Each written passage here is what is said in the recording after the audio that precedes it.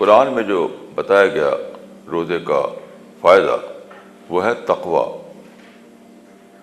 یعنی روزہ رکھوایا خدا نے اس لیے تاکہ ہم متقی بن کر رہیں. دیکھیے تقویٰ یا متقی کا مطلب کیا ہے؟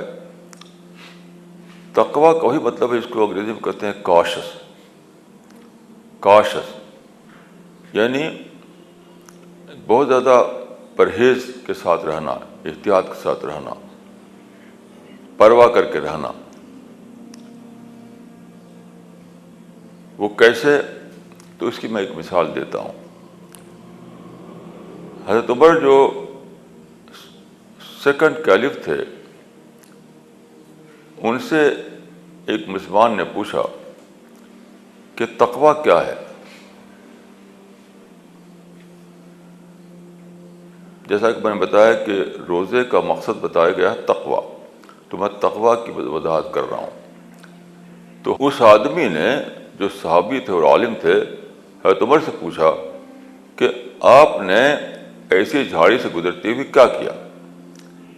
تو حضرت عمر نے کہا کہ شمبر تو وجتہد تو، یعنی میں نے اپنے دامن اور اپنے کپڑے خوب سمیٹ لیے، بچتا ہوا گزر گیا.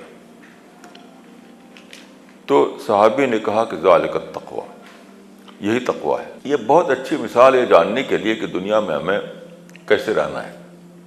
دنیا میں جھاڑیاں ہیں، کانٹے ہیں، کیچڑ ہے، دلدل ہے،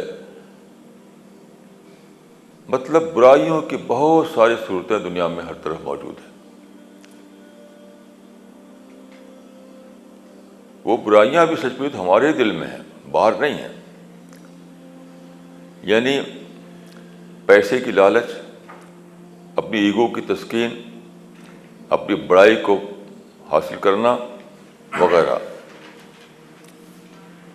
تو جہاں کوئی ایسا موقع آتا ہے تو ہمارے جذبات بھڑک اٹھتے ہیں، وہ ڈیزائر جو ہیں جھاگ اٹھتی ہیں. تو وہاں پر ہمیں کیا کرنا ہے؟ بچتے ہوئے آگے بڑھنا ہے، بچتے ہوئے آگے بڑھنا ہے. اگر ہم نہ بچ سکیں تو کیا ہم ٹیسٹ میں فیل ہو گئے. تو روزہ جو ہے وہ اسی قسم کی زندگی کی تربیت ہے کہ ڈیزائر کو کنٹرول کرتے ہوئے دنیا میں زندگی گزارنا.